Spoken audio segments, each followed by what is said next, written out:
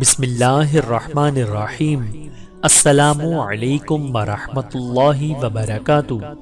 جاہل 6 چیزوں سے پہچانا جاتا ہے۔ ایک دانشور کا مقولہ ہے کہ جاہل آدمی 6 چیزوں سے پہچانا جاتا ہے۔ نمبر 1، دوسری پہچان یہ ہے کہ لایعن گفتگو۔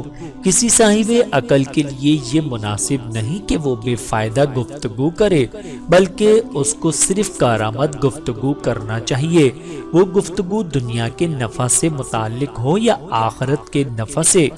نمبر 2، ایک غصے کی حالت سے، یعنی ہر ایک خلاف مزاج بات سے سخت ناراض ہو جائے، چاہے وہ خلاف مزاج بات کسی انسان کی طرف سے پیش آئے یا کسی جانور کی طرف سے۔ نمبر 3، جاہل کی تیسری پہچان یہ ہے کہ بے موقع خرچ کر ڈالتا ہے۔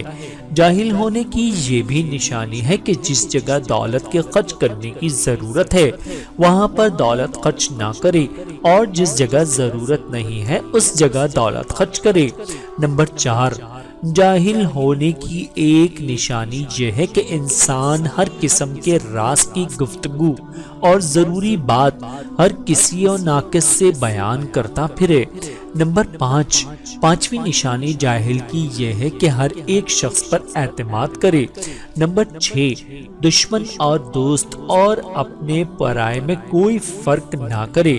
مطلب یہ ہے کہ عقل کا تقاضا تو یہ تھا کہ انسان اپنے دوست کو پہچان کر اس کے مشورے پر عمل کرتا اور دشمن سے ہوشیار رہتا، اور انسان کا صحیح معنی میں دشمن تو شیطان ہے۔ اس وجہ سے کسی بھی موقع پر شیطان کا کہنا نہ ماننا چاہیے۔